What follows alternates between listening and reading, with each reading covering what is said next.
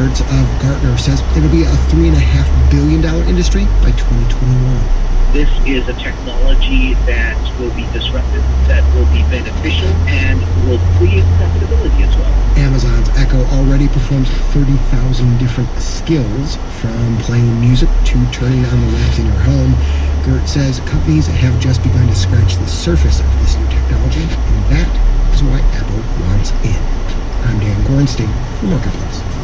Marketplace Morning Report is supported by LegalZoom.com, providing public radio listeners with legal advice through its network of independent attorneys. More information available at LegalZoom.com/marketplace. And by Epson. The new EcoTank 4750 printer comes with up to 2 years of ink in the box for all your business printing needs. Cartridge-free printing with EcoTank. More information at Epson.com/EcoTankMarketplace. U.S. factory workers aren't getting any younger as a group, and manufacturers are worried there won't be enough young people with the skills to do the work they need done. Now 10 states are looking at a system from Germany to help fill these manufacturing positions. In Georgia, WABE's Tasneem Shama reports on how high school students are training for factory jobs in a German-style apprenticeship program. 17-year-old Cole McKeon has a busy schedule. On Fridays, he sets his alarm to wake up at 3 a.m. so he can get to his job at EGO North America. It's a factory that makes the parts inside electric stoves in Newnan, about an hour's drive south of Atlanta. I'm now working on a miniature drill press, so I'm milling the project now. McKeon splits his time between his high school, technical college, and shaping metal at EGO, where he makes $10 an hour. Next year, he'll graduate with a high school diploma, associate's degree in precision manufacturing, and a full-time job offer. McKeon's one of 27 students in the Georgia program, modeled on German-style apprenticeships. The 3-year program starts at age 15. It matches students with factories where they get hands-on training. This is a great win-win for not only the student, but obviously for industry. That's Georgia Lieutenant Governor Casey Cagle. He says the state launched the program in 2016 after a German company, Grenzebach, that makes manufacturing equipment, had trouble finding workers. The worker shortage is a national problem. A report from the Manufacturing Institute and Deloitte found U.S. manufacturers need to fill more than 3.5 million jobs over the next decade. The German-American Chamber of Commerce has helped set up these German-style apprenticeship programs in 10 states so far. When we have jobs for manufacturing and reliability technicians, we have a hard time filling them. Tony Welding is manager of the Michelin Tread Technologies plant in Covington, Georgia. To find workers, he says, we have to go outside of the area. His company just recruited a 15-year-old high school sophomore. The state of Georgia aims to offer this kind of opportunity to every high school student by 2020. In Atlanta, I'm Tasneem Shama for Marketplace. And Dell Computer of Texas was one of the most high-profile tech companies of the last 30 years until it took itself off the public stock market as a privately held company. It had more leeway to reconfigure itself without the daily and quarterly hectoring of analysts and public investors. But now Reuters is reporting Dell might try going public again. There's a meeting planned for this month about maybe an IPO. This after a $67 billion purchase of a data storage company, EMC, does not pay off as much as hoped. Our executive producer is Nicole Childers. Our digital producer is Janet Wynn. Engineer Brian Allison. I'm David Brancaccio with the Marketplace Morning Report from APM, American Public Media. This is WHYY-FM, Philadelphia, WNJN-FM, 89.7 Atlantic City, WNJZ, 90.3 Cape May Courthouse, WNJB-FM, 89.3 Bridgeton, WNJM, 89.9 Manahawkin, and WNJS-FM, 88.1 Berlin. You're starting your Friday the right way, listening to Morning Edition on 90.9 WHYY. Good morning. I'm Jennifer Lynn. It's 6:59. A pleasure to be with you on a day that brings sunshine to us. A high of 44. Clear skies tonight. We're down to 32. And then tomorrow, sunshine continues. We're on a roll here with the sun. Maybe some afternoon clouds tomorrow, but up to 57 degrees. Then Sunday, clouding up a bit. Maybe some early rain. And a high of 53. Looking good in Philadelphia as the sun begins to come up. It is 27 degrees on Independence Mall. At 7 o'clock. Good morning. President Trump ordered a special counsel to be fired last year. The New York Times says he only gave up when the White House lawyer said he would resign. How a plan fell apart in this hour of Morning Edition from NPR News. Delaware County Congressman Pat Meehan decides to abandon his bid for re-election following a sexual harassment scandal. I'm Jennifer Lynn. Dave Davies reports coming up. Be careful what you ask for. Lawmakers asked the president to say what immigration deal he'd accept. I'm Rachel Martin. And I'm Steve Inskeep. Now that the White House has done that, citizenship for DACA recipients, lots of money for a wall. We'll hear what lawmakers think. Also this hour, floods struck Paris. Museums are carrying precious artwork upstairs. And Seattle checks to see if people ordered to give up guns really do. It's Friday, January 26th. Lucinda Williams, the country singer and songwriter, is 65 years old today. And the news is next.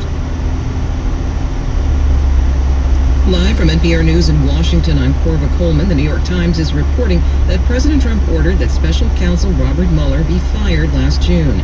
The report says White House counsel Don McGahn refused and threatened to resign if that happened. NPR has not confirmed the New York Times story. In Davos, Switzerland, President Trump dismissed the report. Fake news, folks. Fake news. What's the message today? Typical New York Times fake stories. The Times says the president insisted that special counsel Mueller had conflicts of interest. They included Mueller's resignation from a Trump golf course over fees, the fact that Mueller recently worked for a firm that represented Trump's son-in-law, Jared Kushner, and that Mueller had been considered as a potential FBI director. The White House counsel reportedly rejected the president's remarks. Meanwhile, in Davos, President Trump met with the chairman of the African Union. NPR's Scott Horsley reports the meeting comes just 2 weeks after the president reportedly used a vulgar slur to describe African countries. The African Union had demanded an apology after Trump reportedly asked in crude terms why the U.S. should accept more immigrants from the continent. But there was no mention of that today when Trump addressed reporters alongside Rwandan President Paul Kagame. Instead, Trump spoke of trade and cooperation with Africa, and he congratulated Kagame on his leadership of the 55-nation African Union. Please give my warmest regards, but it's an honor to have you as a friend. The meeting came on the sidelines of the World Economic Forum in Davos, where Trump was appealing for more foreign investment in the United States. Scott Horsley, NPR News, Davos, Switzerland. The White House has drawn up a short proposal for an immigration bill. It calls for $25 billion for a border wall and a 10 to 12-year path towards citizenship for migrants illegally in the U.S. who were brought here as children. Some pro-immigration groups say it's a bad deal to protect migrants. Some conservative groups say it should not offer amnesty. 4 of the BBC's leading male hosts have agreed to pay cuts in an ongoing dispute over the network's gender pay gap. NPR's Frank Langfitt reports from London. A BBC female editor triggered the move earlier this month by publicly resigning over her rate of pay. Nikki Campbell, Jeremy Vine, John Humphreys, and Hugh Edwards, all household names here in the United Kingdom, have agreed to pay cuts formally or in principle, according to the BBC. The move follows the resignation of former BBC China editor Carrie Gracie. Gracie quit her China job because of what she called the network's, quote, secretive and illegal pay culture. Last July, the BBC revealed the salaries of its stars earning more than $200,000 a year. 2/3 of them were men, sparking an outcry. Humphreys, who earns more than $850,000 a year, did not help himself this month when he was caught on a leaked tape boasting about the size of his salary and mocking Gracie's complaint. Frank Langford, NPR News, London. You're listening to NPR. Support for NPR comes from NPR stations. Other contributors include the John B. and Catherine T. MacArthur Foundation, supporting creative people and effective institutions committed to building a more just, verdant, and peaceful world. More information is at macfound.org. And the Annie E. Casey Foundation. Clear skies in Philly, 27 degrees, going up to 44. Good morning, I'm Jennifer Lynn at 7:04. This is WHYY's Morning Edition. Delaware County Congressman Pat Meehan decided yesterday to abandon his bid for re-election to his seat due to a sexual harassment scandal. Reports emerged over the past week that Meehan had quietly settled a complaint from a young woman on his staff who said he had expressed a romantic interest in her. In a letter announcing his plans, Meehan insisted he had acted within the appropriate boundaries of the close relationship he shared with the former employee. Republicans must now find a new candidate for Meehan's seat. Delaware County GOP Chairman Andrew Riley says there's an upside to that. pleased to have Pat, who served for several years, handle a seat, but now it's good to sort of regenerate the interest, to get some new blood, get younger people involved, and I'm looking forward to the process. The deadline to enter the party primary is March 6th. In Delaware, Governor Carney wants to increase the state's operating budget by 3.5% next year. The election year proposal includes pay raises for teachers and other state employees and more money for roads and buildings. A Philadelphia city councilman is taking another route to eliminate cash bail in the city. WHYY's Tom McDonald has more. Councilman Curtis Jones says his resolution is designed to appeal to the state to eliminate the cash bail system in Philadelphia. He says this after Bolster's new district attorney, Larry Krasner's promise to end cash bail. For the last 2 years, we've been having meetings by the Criminal Justice Reform Committee, met with 2 and 5 No Cash Bail Society, went all the way to Washington, D.C., where they haven't had cash bail for 20 years. Jones says the request will be sent to Harrisburg for consideration. It's calling upon the state Supreme Court and the House and Senate to revise the requirement for cities of the first class to have to use a cash bail system. Philadelphia is the only city of the first class in the state. It's unclear whether the proposal has any chance in Harrisburg. Tom McDonald, WHYY News. In Philadelphia, the Museum of the American Revolution is temporarily renaming its biggest gallery in honor of the city's Super Bowl-bound football team. Yesterday, the museum rechristened its Patriots Gallery as the Eagles Gallery. This will be the state of things through Super Bowl Sunday when the Eagles beat the Patriots. Oh my, the editorialized when they play the Patriots and beat them. Sports, yesterday, Lightning over the Flyers 5-1. The Sixers play the Spurs in San Antonio tonight. And your forecast goes like this. Fair skies on Friday for us. In Philadelphia, the high of 44. Clear tonight and cold down to 32. Tomorrow is Saturday. Sunshine in the morning gives way to afternoon clouds and a high of 57. Philly right now, 27 degrees. It's 7:07. This is 90.9 WHYY.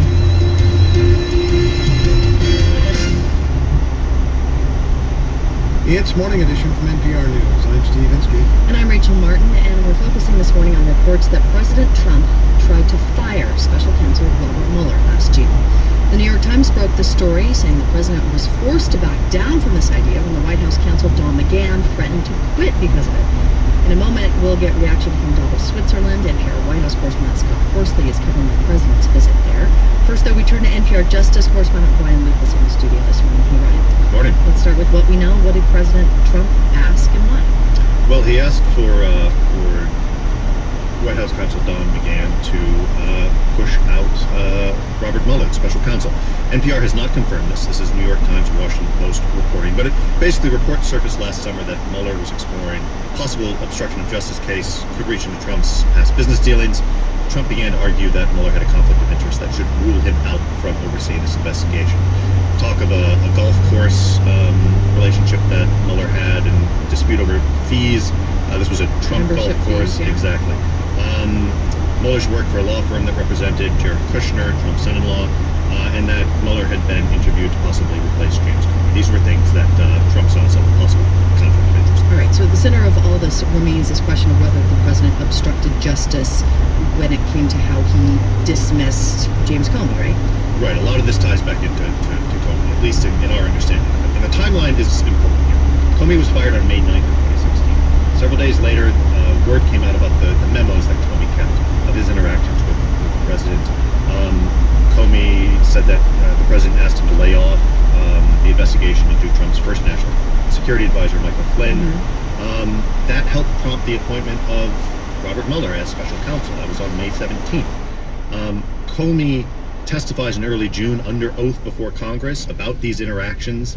So by mid-June, a month after Mueller was put in the job, there were a lot of questions in the public about possible obstruction of justice, and there was a lot of word from the Hill that Mueller shouldn't be touched at this point. Right, and of course all this happened in the summer of 2017. So does this revelation change anything about the investigation moving forward? Not for the special counsel, no. He's interviewed all the key players in this episode, including Don McGahn, White House counsel, other folks in the counsel's office, and other senior White House officials. So he already knows what we're just learning. But this fits into a broader story that's basically emerged in public reports that President and senior officials were taking steps that could hamper the investigation and this all fits into kind of a broader possible obstruction of justice case. All right, NPR Justice reporter Ryan Lucas, thanks, Ryan. Thank you.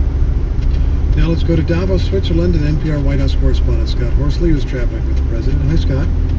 Good morning, Steve. Okay, so the Times lays out a pretty specific narrative here that the president ordered Mueller fired, that the White House counsel pushed back and said, no, I'd rather resign than do that. Has there been any specific response from the president to this? Steve, White House allies are downplaying this Times report. They are understandably trying to keep the focus on what they hope will be a positive economic message from the president here in Davos today.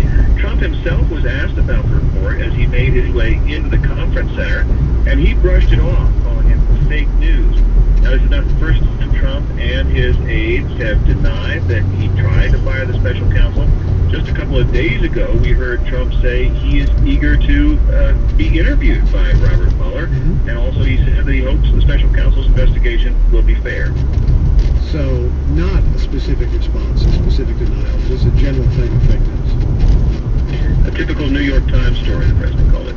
Okay. So the president is set to give a speech there in Davos to the assembled world leaders and business leaders and so forth. And I guess you're in the room where it's going to happen. What's it like there, Scott?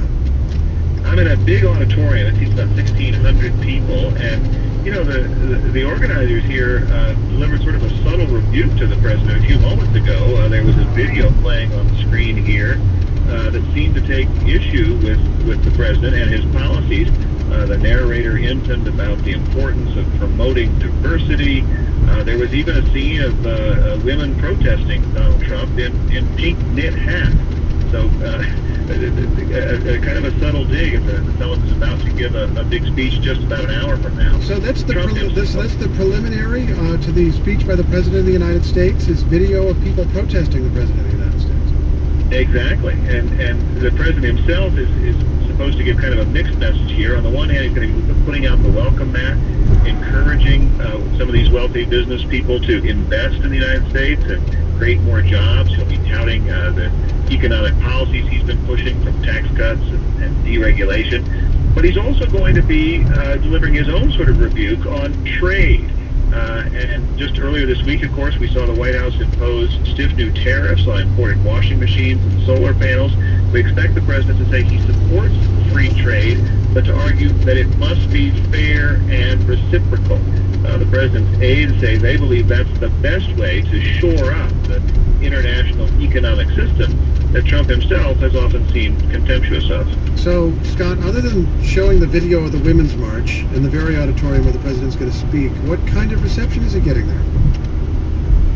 He has gotten a generally at least polite reception. The president hosted a dinner last night with European business leaders and went around the table, and many of them had kind things to say about his economic policies. Some of them talked about their own plans to invest in the U.S.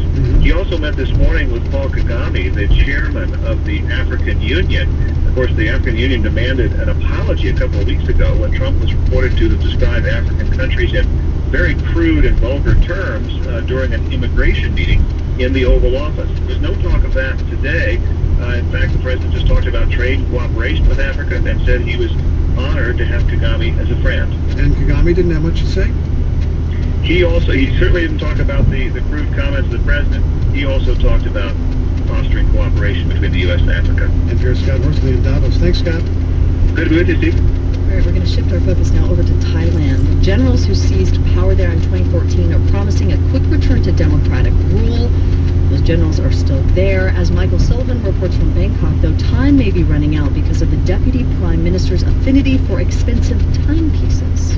If only he'd worn sunglasses at that cabinet meeting on the lawn last month, then maybe Deputy Prime Minister Prawit Wongsuwon wouldn't have raised his arm to shield his eyes and expose his problem. You could see this huge watch, this gaudy ring right there. And the photo of that bling quickly went viral, says Paul Chambers, a lecturer at Notre Dame University. The watch, a very expensive Richard Mille that Prawit had failed to declare on his assets list. Social media sleuths then discovered a slew of watches on Prawit's wrist in the past few years, 25 and counting, including Patek Philippe's and Rolexes. Total value, more than $1 million, all undeclared, and all a bit much on a civil servant's salary. The pugnacious Prawit was unrepentant. ไม่รู้ผมไม่ตอบอ่ะเดี๋ยวผมตอบ He initially told reporters he didn't remember where the watches came from or why it was even their business. A few days later, he changed his tune and said he'd borrowed them from friends. This is whitewash and people are not buying it. Titinang Pongsudarak teaches at Bangkok's Chulalongkorn University. He's on kind of a political death row. Certainly he is untenable. It's a matter of when, to me, that he will have to resign because these watches, he can't shake them off.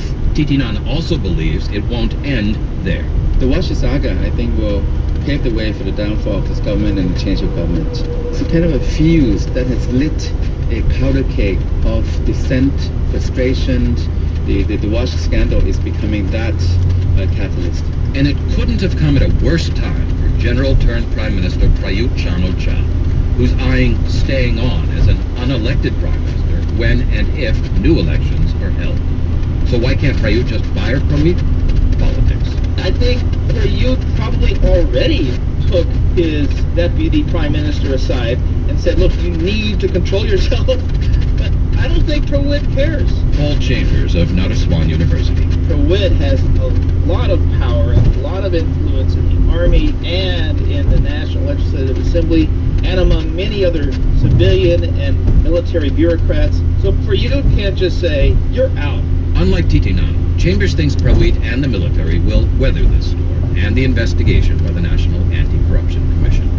But Thai civil society, long cowed by the military after the coup, isn't backing down on this one, and the watch saga has left many Thais wondering what the other military leaders in the cabinet have to hide. Longtime civil society activist Sisiwan Junyat. General Prawit's case shows that the military government protects their own, he says, that they're not serious to solve the problem of corruption. They don't have the morals, he says, to run the country. But they do have the guns, and a new military drafted constitution that ensures their continued influence in Thai politics long after long-delayed elections are finally held. But Sisiwan Chanya is worried in a way he hasn't been for a while. If Prawit stays, he says, and if elections are postponed again, it could prompt another uprising against the military, he says, like the one in 1992. This is a dangerous time for Thailand, he says, and he's not joking about Prawit's watches. For NPR News, I'm Michael Sullivan in Bangkok. This is Morning Edition from NPR News. It is Morning Edition on WHYY. Good morning at 7:18. Roads, museums, and subway stations are closed in the heart of Paris due to flooding caused by unusually heavy rains. We get the details from Eleanor Beardsley. She reports at 7:23 coming up on WHYY 90.9.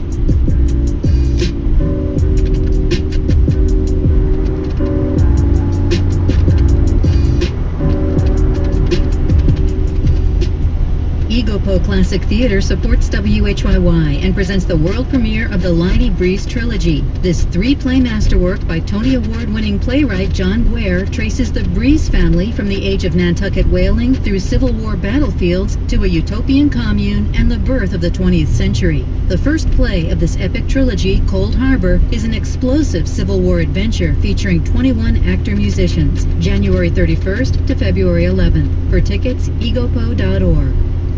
Live from NPR News in Washington, I'm Louise Schiavone. President Trump is dismissing a New York Times report that in June he tried to fire special counsel Robert Mueller. In the story that Trump called fake news, the effort ended when White House lawyer Don McGahn threatened to resign. NPR's Tamara Keith explains. He disagreed because he didn't feel that these conflicts were the types of conflicts that would require the special counsel to step aside from the job, and also simply because getting rid of the special counsel in this very heated environment would be suicide. NPR has not confirmed the Times story. Less than 1 hour from now, President Trump addresses the World Economic Forum in Davos, Switzerland. The White House is proposing an immigration compromise. NPR's Susan Davis explains. First is that path to citizenship citizenship that it would include the 800,000 people in the Deferred Action for Childhood Arrivals program and everyone that would qualify for that program. They want $25 billion up front to build a border wall system, and they're seeking dramatic reductions to legal immigration, specifically policies that govern family-based immigration and a diversity visa program that allows slots for up to 50,000 people to come into the country every year. World markets, European shares edged higher today. Overall, Asian markets were higher. Dow futures are up. I'm Luis Schiavone, NPR News. Next time on The Pulse. There was something in melody, something in singing that went to a different place. Music can express things that we can't put into words. And melody would come to me. It helps people cope with isolation and illness. Music is like my therapy. We'll explore that power of music to transport us and change us. I cannot imagine a world or a life without music. The Pulse, this morning at 9 on WHYY. Your part-time controller, specializing in nonprofit accounting, supports WHYY. I'm Eric Frame, president. Details at yourparttimecontroller.com. Your Part-Time Controller, building stronger nonprofits, one accounting department at a time. Supporting WHYY, Comcast. Comcast is a proud partner of Team USA, and with Xfinity's viewing experience, Comcast is proud to support Team USA and bring the Olympic Winter Games 2018 to every hometown in America. It's 7:21. Good morning. I'm Jennifer Lynn. The courts sometimes demand that dangerous people surrender their firearms, but enforcing such orders can be difficult. Do you have any guns? Nothing? No. Okay. No. So- Never even handled a gun. Just ahead, how police in Seattle are grappling with this problem. Details at 7:25. It is 7:22. Good morning to you. 28 degrees and sunny in Philadelphia. The high temperature will be 44. Support for NPR comes from this station and from Zoom. Zoom offers cloud video conferencing, online meetings, and a video conference room solution in one platform, featuring digital video and audio with screen sharing. Account registration and more at zoom.us. From EBSCO, offering Flipster digital magazines for libraries to share knowledge and expand young imaginations. Available via computer, tablet, phone, or the Flipster app. Learn more at flipster.com. From State Farm, committed to offering tools and education resources to help Americans better understand their finances and take control of their money. Learn more at letstarttoday.com. State Farm, here to help life go right. And from the listeners who support this NPR station. It's Morning Edition from NPR News. I'm Rachel Martin. And I'm Steve Inskeep. Parts of Paris are underwater. Flooding is submerging roads, closing parts of the subway, and forcing museums to move artwork to higher floors.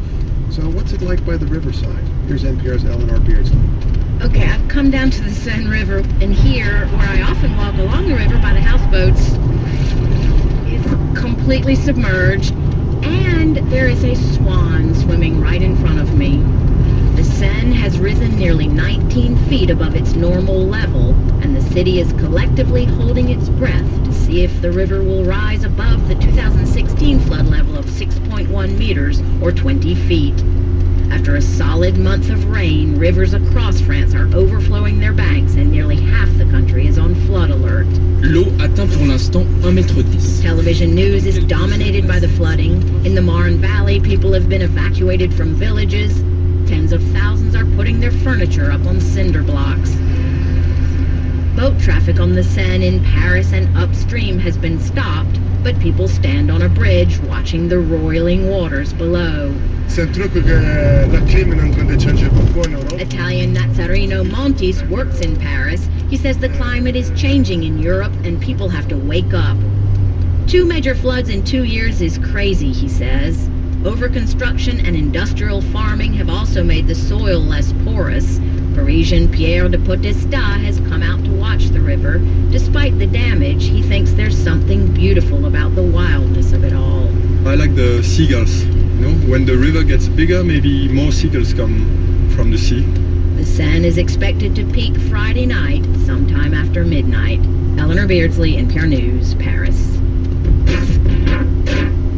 After a mass shooting in this country, there are all kinds of questions about how the shooter was able to get a gun. Courts have long prohibited certain people from owning guns, like felons and people with domestic violence convictions. But in practice, the criminal justice system rarely checks to make sure guns have actually been surrendered. NPR's Martin Costi has a story about one city trying to change that. At a coffee shop in downtown Seattle, 2 police officers have come to see the barista. They take him outside and they serve him with a temporary protective order filed by his girlfriend. Don't have any more contact with her. No calls, emails, texts, nothing, okay? So far, this is pretty normal. But then Officer Ellen Kernan starts grilling him about weapons. Do you have any guns? Nothing? No. Okay. Do you have a CPL? What's that? Concealed pistol license? No. Okay. No. So, Never even handled a gun, so. okay. They're asking him about a gun because his girlfriend says he has one, so a court has told him to surrender it temporarily. But this is the kind of court order that often gets ignored. In 2016, there were 875 gun surrender orders here in King County, and of those 875, only 52 people actually turned in guns. Which is why there's now this new effort to send cops out to follow up in person. But you absolutely don't have anything, okay? Okay. The problem is, if someone insists he doesn't have a gun, the cops